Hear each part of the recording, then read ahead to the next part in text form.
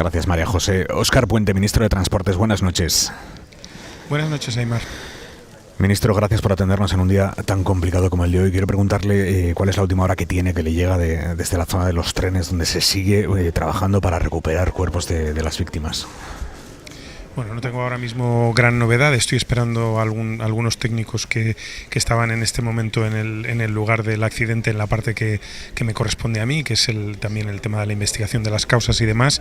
Y nada, vamos ahora en un ratito tendremos una reunión a ver si vamos recopilando más datos, más información.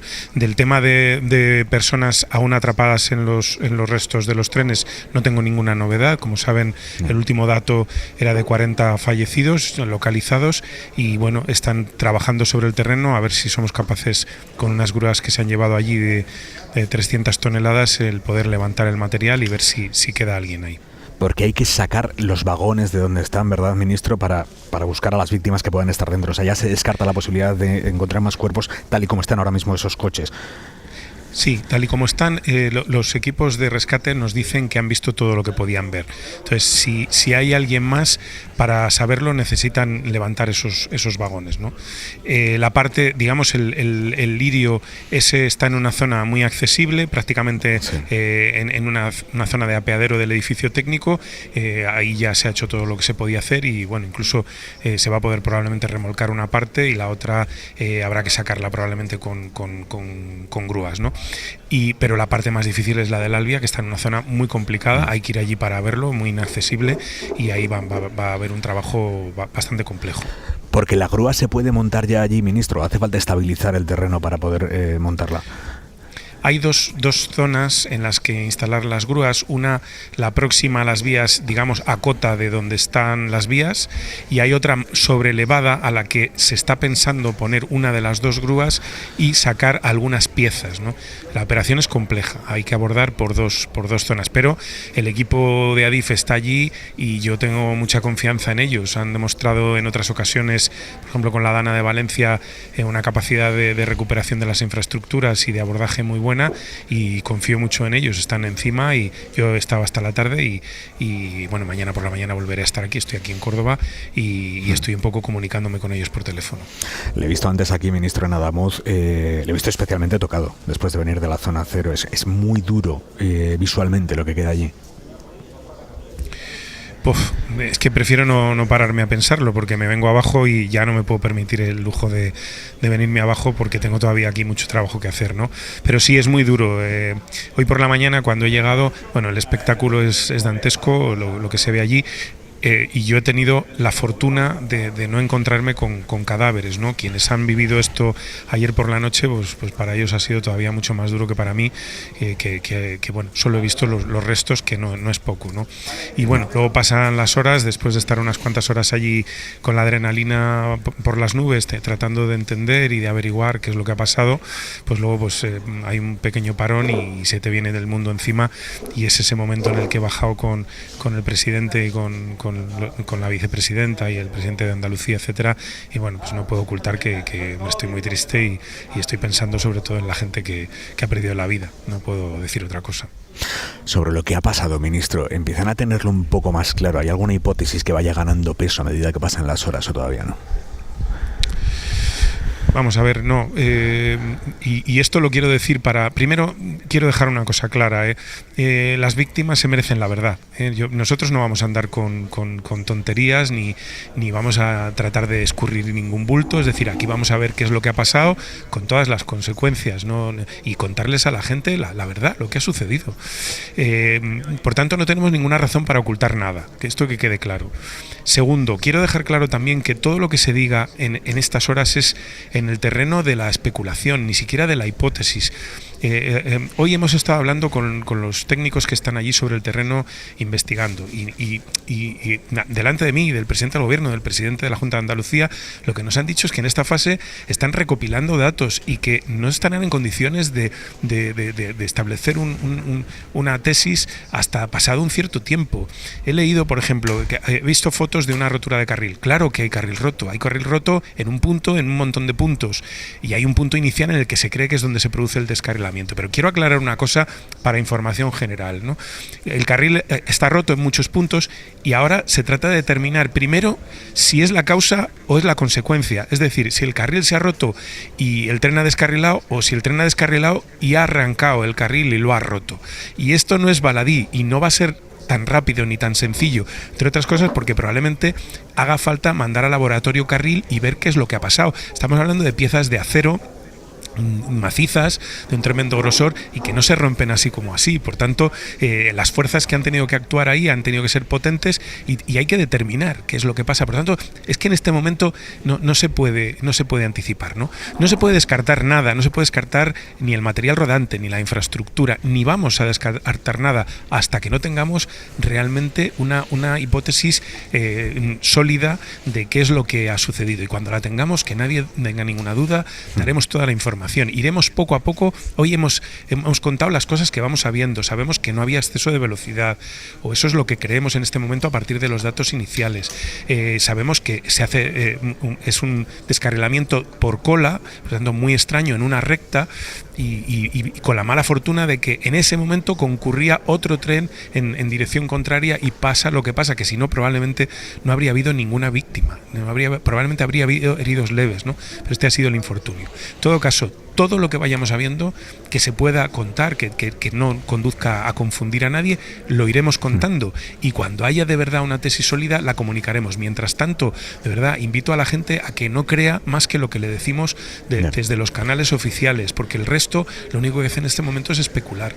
Ministro, de esas distintas roturas de las que me habla en la vía, ¿hay alguna que sea distinta al resto? ¿Hay alguna que por su naturaleza sea compatible con el desgaste o algo parecido, que no sea, digamos, provocada por el descarrilamiento de uno de los trenes? No, a ver, vamos a ver. Bueno, me estoy adentrando ya en un territorio, el técnico, que es muy vidrioso, ¿no? Y más, hay 40 muertos de momento, ¿no? Por lo tanto, hay que ser muy cuidadoso con lo que uno dice. Pero roturas hay muchas. Tengan en cuenta que hay 200 metros de vía que están levantados, retorcidos, etcétera. Por lo tanto, hay muchas roturas. Ninguna se parece a las otras, ¿no? Sí que hay una primera rotura, que es la que parece que nos indica el punto en el que el tren ha descarrilado. Eso es lo que sabemos. Y es una rotura que tiene algunas similitudes con otras que hay más adelante. Pero hay que determinar qué es lo que ha pasado ahí, por qué se rompe el carril, si es, como digo, la causa o el efecto. Sí anticipo algunos datos que sabemos. Por ahí han pasado 3 trenes antes que este en un lapso de 20 minutos, inmediatamente anterior, y no han tenido ningún problema. Al menos que nosotros sepamos, ¿no? Hemos incluso examinado nuestros trenes para ver si había algo en los trenes que nos indicara que había algún problema en la vía. No ha habido nada, no ha habido ningún reporte de los maquinistas. El propio maquinista del Lirio, la primera llamada que hace, tampoco sabe muy bien qué es lo que ha pasado. Habla de un enganchón, he tenido un enganchón. Es decir, no hay nada que nos diga que el carril pudiera haber estado roto antes de que pasaran los trenes, porque han pasado. Entonces, no tenemos elementos que nos indiquen en este momento qué es la causa. Ahora hay que investigar, hay que ver qué es lo que ha pasado ahí. Esa rotura, ministro, la primera de la que estamos hablando, ¿es en un carril o es en la eclisa, en esas uniones de carriles? No. Es en el carril. Es un carril, el carril derecho en concreto, el que en un punto tiene una rotura muy grande, vamos, es una rotura, ahí se han ejercido unas fuerzas tremendas, vamos. Ministro, en ese tramo de vía, Adif había notificado varias incidencias en los últimos meses sobre señalización del tramo, sobre los problemas en la catenaria. Hay quien está vinculando esas incidencias con este accidente. ¿Eso es posible, ministro? Bueno, esto lo quiero aclarar y me agrada que me hagas la pregunta porque bueno, aquí se juega con la desinformación, y en una materia tan compleja como la ferroviaria, pues llega un youtuber o incluso algún medio serio y de repente dice, bueno, es que Adif ha avisado de no sé cuándo. Mire, si cogemos los puntos de la geografía nacional, Adif avisa de incidencias todos los días varias veces, y eso, lejos de lo que algunos tratan de interpretar, eso es una garantía de seguridad. Es decir, Adif dice, hay un problema con la señalización, lo dice porque ha tenido que parar reparar un tren, lo dice y la repara y sigue adelante. En concreto, en ese tramo de Adamuz a Alcolea, no hay, en las 8 incidencias que alguien ha digamos, difundido a través de pantallazos del perfil de Twitter de Adif, no es en el tramo Adamuz-Alcolea, es en el tramo Adamuz-Villanueva de Córdoba, que es un tramo que está más adelante, no es en ese punto. Pero en todo caso, son incidencias que nada tienen que ver con lo que ha pasado hoy. Aquí hablamos de un descarrilamiento en una recta tremendo, que no tiene nada que ver ni con la señalización, en principio, parece que es además antes de llegar al cambio. Por tanto, estamos hablando de un acontecimiento verdaderamente extraño y que no tiene relación ninguna con nada de lo que se ha comunicado por la web de Renfe o en las redes de Renfe, de incidencias que han sido puntuales, una incidencia eléctrica, tal, que no tiene nada que ver con todo esto que ha pasado hoy, ayer, vamos. Por tanto, relacionarlo no tiene sentido, ¿no? ¿Siguen descartando por completo el fallo humano, ministro? No descartamos nada. Lo que decimos en este momento de los datos que tenemos, que es lo único que podemos ir avanzando, datos, que ese tren iba a la velocidad adecuada, que es una vía que además ya en ese punto tiene una limitación permanente a 250 por hora y que además en el siguiente tramo, que es hacia donde se dirigía el tren de Irio, hacia Villanueva de Córdoba, la limitación es a 215. Por tanto, era un tren que iba disminuyendo la velocidad y iba muy por debajo del límite que la vía permite. Por tanto, descartada la hipótesis de velocidad y produciéndose el accidente en una recta, el descarrilamiento en una recta, no parece, no se nos ocurre de qué manera puede el maquinista contribuir a la sucesión. ¿Descartado por completo? No, pero no parece la tesis más plausible, ¿no? No. Dan ya por confirmado que los trenes chocaran, porque esta mañana nos había parecido entender al presidente de Renfe que ni siquiera eso estaba confirmado del todo, que la salida está absolutamente confirmado. Vale, está absolutamente confirmado. El presidente Renfe dijo eso porque todavía no había visto el otro lado del Irio. Hoy hemos podido verlo ya a la luz del día. Tengan en cuenta que cuando el presidente Renfe hace estas declaraciones venía de haber estado por la noche viendo el tren y hay muchas cosas que no se veían. Hoy por el día hemos visto y ya hay documentación gráfica del otro lado del tren de Irio y hay un impacto clarísimo a partir del coche 6, si no me equivoco. ¿Es factible que fallara el tren, ministro? O sea, teniendo en cuenta que había pasado una revisión 3 días antes, ¿es factible que fallara algo en el tren? Es que, vamos a ver, es factible, no es descartable. No. Es muy difícil de creer. Sí, es un tren nuevo, es un buen tren, es un tren que pasa en principio, no, por lo que Irio dice, y no tenemos motivos para dudar, aunque la investigación aclarará, que pasa sus revisiones periódicas. El que haya pasado una revisión hace 4 días, pues no nos indica nada más que, bueno, pues que está siguiendo sus revisiones periódicas, porque todos los trenes pasan unas revisiones periódicas, ¿no? Algunas menos intensas, otras más, pero en fin, ¿eso descarta que el tren haya podido tener un fallo? No, simplemente nos hace dudar. Pero es que de la infraestructura podemos decir 3/4 de lo mismo. Es que en esa línea acabamos de invertir 700 millones de euros. Cuando se dice, no, es que no hay conservación, no, es que esa línea está renovada por completo. Empezamos el año 21 y estamos a punto de concluir ya con la migración del sistema de seguridad LZB al RTMS. Pero la inversión prácticamente está concluida. Y en ese punto concreto, en la zona donde se produce el accidente, las obras acabaron en mayo del año pasado. Entonces es una vía renovada. Y no está tan nueva. En ese tramo, ministro, que se cambió todo. Todos los sistemas de seguridad, se cambió todo el cambio, que es el desvío, los desvíos, que es la parte más crítica. De hecho, hoy que he estado sobre el terreno, estaban todavía los motores que se habían sustituido, todavía estaban en la zona técnica. Es decir, que es una sustitución que se ha hecho hace 8 meses. Que dices, bueno, a veces las infraestructuras recién cambiadas fallan. Es verdad que la infraestructura a veces tiene pecados de juventud y falla, ¿no? Pero es que en este caso, digamos que no estamos ya en ese estadio. Es decir, la infraestructura es lo suficientemente nueva como para que no pensemos en ella como una causa, pero también ya está lo suficientemente testada como para que no tenga vicios de juventud. Entonces, han pasado 8 meses, ha tenido una revisión geométrica y una dinámica hace 2 meses, y por tanto, es que la infraestructura, pues en principio también, es que dudamos mucho de que la infraestructura tenga el problema. Ahora, o la infraestructura o el tren o alguna otra causa o algunas en concurrencia. Por eso en este momento yo creo que hay que ser tremendamente prudentes y no descartar nada y seguir investigando, ¿no?